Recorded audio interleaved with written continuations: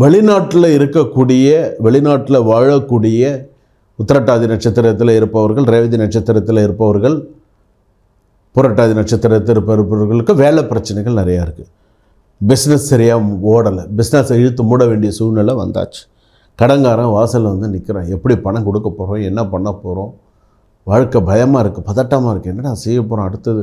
இவ்வளோ நாள் வந்து ஒரு விதமாக இருந்தது சனி, இப்போ அடுத்து வேறு ஜென்ம சனி வேறு, எல்லா பக்கமும் இப்போ தான் நெருக்கம் அதிகமாக இருக்கும். அப்படியே டைட்னஸ் பயங்கர ஒரு இதாக இருக்கும். எப்படி நம்ம இதிலேருந்து வெளியில் வரப்போகிறோம் அப்படிங்கிற மாதிரி இருக்கும். அப்போது அந்த ராசிக்காரர்கள் என்ன செய்யணும், எப்படி பண்ணணுங்கிறத சமயோஜித புத்தியுடன் பயன்படுத்தி சில விஷயங்கள் செய்தால் உங்கள் ராசிக்கு நல்லது. வியாழக்கிழமை குரு பகவானுக்கு விளக்கு போடுங்க. இந்த கோவிலுக்கு, குரு பகவான் கோவிலுக்கு போயிட்டு வாங்க. புதன்கிழமை இரவு தங்கி வியாழக்கிழமை அன்னைக்கு திருச்செந்தூர் இந்த சுவாமி தரிசனம் பண்ணிட்டு வாங்க. திருவழிதாயம் போயிட்டு வாங்க, இன்னும் வாழ்க்கை சிறப்பாக இருக்கும். தேங்காயில் நெய் தீபம் ஏற்றுங்க.